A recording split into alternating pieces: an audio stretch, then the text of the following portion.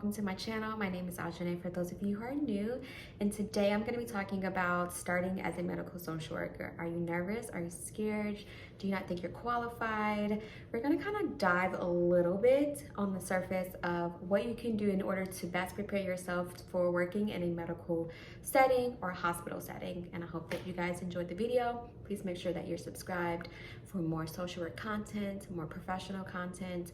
I want to make sure that I'm giving you guys something that you actually will deem as valuable and helpful. So please comment down things that you want to see or talk about, and also just subscribe for more, and I would really appreciate it. I'm on the journey to 1,000 subscribers, which it would really mean a lot to me to meet that by the end of 2022. So if you haven't been subscribed but you've been watching the videos, I see you, okay?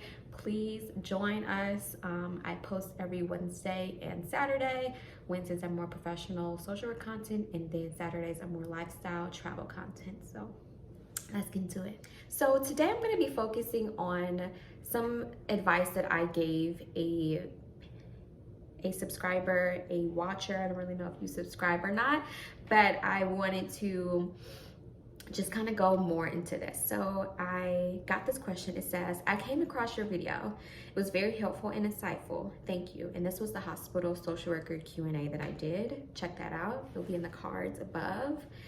I recently got my LMSW and working at a Head Start as a family advocate, similar to you. Oh, I did field at VA and inpatient substance abuse program. I would love to work at a hospital.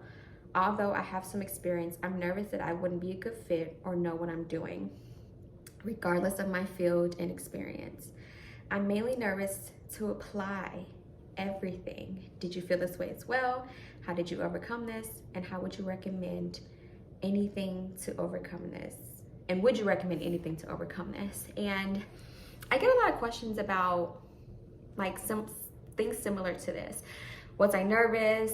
That you're nervous to apply, that you're nervous to even think about the possibility of going through and becoming a medical or hospital social worker. Don't be afraid, guys. I never thought that I would really go into the medical field. I never thought that I would be in the clinic setting. The opportunity presented itself and I just couldn't turn it down, especially because I was wanting to get my internship, my practicum paid.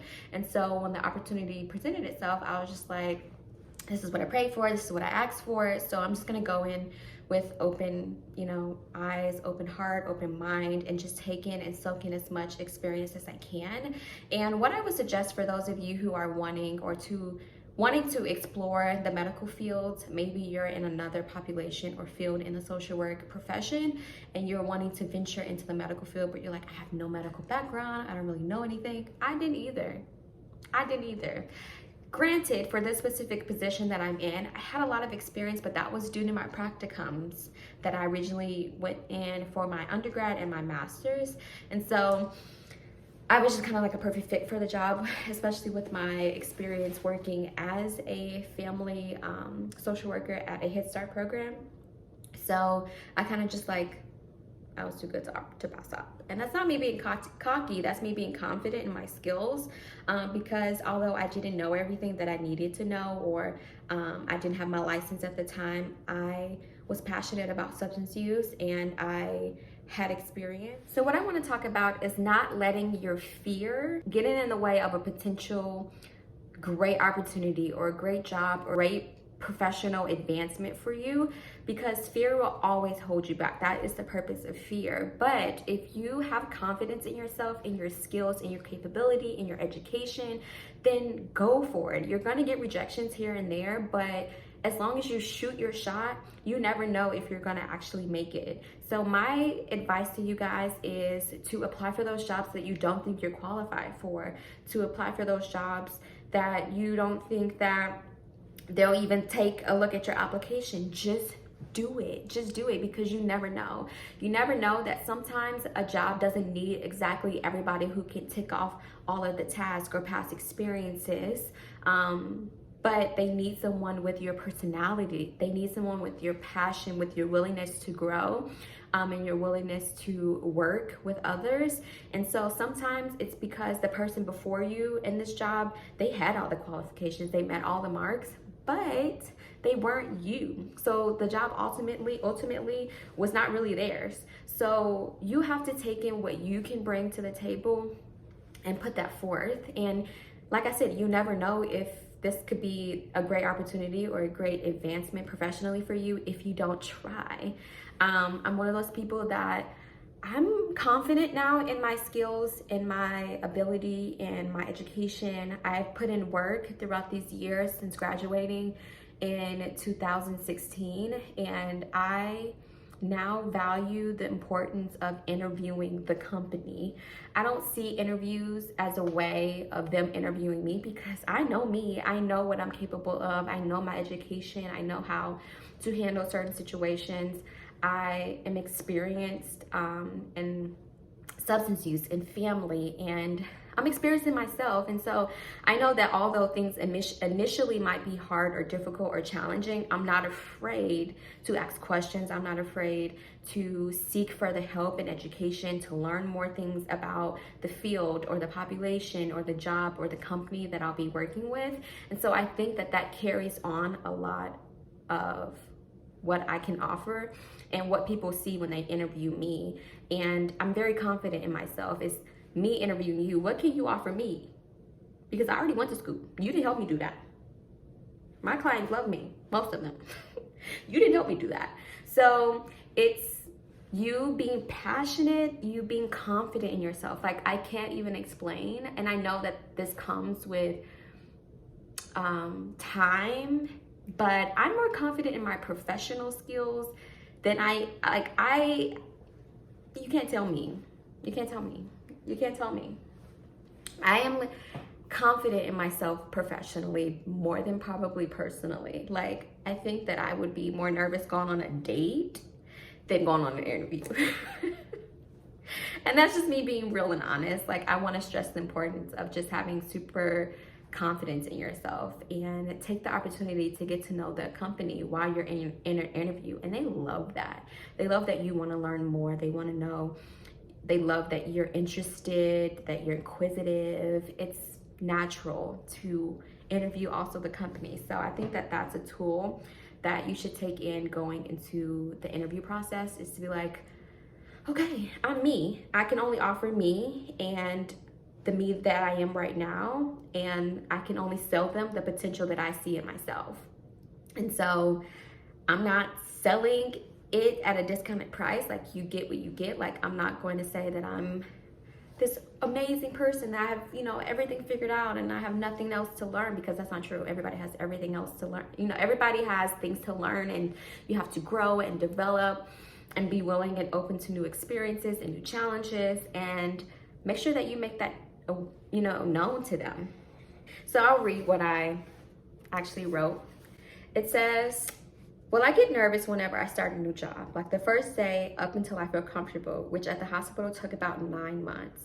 The curveball of COVID. So it's okay to be nervous. It's okay to not know exactly what's going on, to go into a new system, to go into a new documentation style, to go into new assessment, to go into new questions and new territories and new buildings. It's normal to feel nervous. It's normal to feel a little anxious, a little unsure, but don't let that overtake all of the things that you could possibly do, and all of the things that you could possibly learn, and the people that you interact with, and the patients that you'll be able to help, and the people that you'll be able to connect to, and the lives that you could potentially help, improve, and change. And so don't let those little things get in the way of what could possibly be something great, or a great learning lesson, even if it doesn't work out long term. Because every day working in an office, working in the field, is a humbling experience. And sometimes I do forget that, but I want you guys to just remember that you chose this profession for a reason. And so you have to constantly remember why. What is your why? What is your reasoning? What is your purpose? So to continue, but I can't let fear prevent me from a potential good experience or goal. I think I look at it as I am new. I won't know everything. I can't know everything. I will never have all the answers, but no one will. So I give myself grace to learn, to adapt, change, and make mistakes and errors. I don't beat myself up too long, just to do my best to learn from it. Remember and do better next time. To know it's a part of the job. And it wasn't the first, and I wasn't the first nor the last. I also sought out support from my colleagues and additional medical social workers. Ironically, I had 2 other friends who were in the social work field medically and in the hospital setting. If you get the job, they obviously see the potential in you. Ask questions about the onboarding process, when you interview, what does training look like, support, and the environment at the hospital. Ask if it's a teaching hospital, which helps because most of the medical staff is either learning themselves or they're teaching, so they're familiar with people not being super familiar with the environment. Regardless, do it. Life is short to not even try. Don't give up if you get a no. If medical social work is something that you want to do, do it. Try it. If it's not for you, you can quit and leave. You can change environments, populations, and even floors. You will still have options. It won't be the end if you don't like it or if it's not a good fit. Ask them why they didn't hire you. Always have an open heart to learn, to experience, and to grow. Think about getting your license or applying to school or even going on a first date. It's crazy until it happens, guys. I was nervous to apply to grad school. I was scared that I was gonna get a rejection. I was scared that I was gonna get into any of the schools that I really wanted to. I was afraid that I wasn't gonna be able to meet the grades, the expectations, the GPA that you have to maintain while working full time and wanting to travel and live my life and being in school. But I didn't let that from getting in the way of my goal. I just figured out a way to make it work. I figured out the learning curves. I figured out how to incorporate school and studying and learning and going to trainings into my life. And so that's just how you have to take it. It's a new date. You're going on a new date, girl or guy. You're going on a new date with someone that you don't know what the future holds. You don't know how it's gonna turn out, but if you don't go, you'll never know if this could be a potential love match. And so just think of your job like that. Think of your job as an opportunity to go on a first date, and you have to go on several dates in order to get to know that person. So you have to go into the office every day and learn and be open to learning new experiences, but you can't just stop at I'm afraid or I'm scared or it won't work out, because it might. It just might, guys. So take what you want from what I said. I really do appreciate you guys following up, but I just wanted to do a video, just a quick little video about not allowing fear to get in the way of being a medical social worker. Even if you don't think that you meet the qualifications or the standards or the education, just apply. See if they'll give you an interview so that you know what they're expecting, what you need to possibly do in order to get the next one. Don't take the first no as this is it for me. I'm never going to be a medical social worker. Don't take no for an answer for the long run. You know, just lick your wounds for the first, however long, but don't let it keep you down. Keep going. There's always an opportunity. There's always a chance to be the medical social worker, the hospital social worker that you want to be. And so just go for it. Just go for it. I hope that you guys enjoyed the video. I hope that it was helpful and encouraging and inspiring to you. I hope that you don't allow fear to get in the way of what could potentially be something great, beautiful, life-changing, enhancing to you, not only professionally, but personally.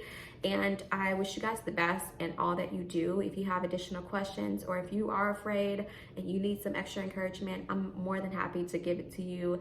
I've talked with several of you through DMs on my Instagram, through comments, and I just want to say that I really do see you, and I love that you love this field so much that it makes you so nervous or afraid to really put yourself out there and risk rejection and risk going into a new field and not knowing everything. And that's okay, because no one does.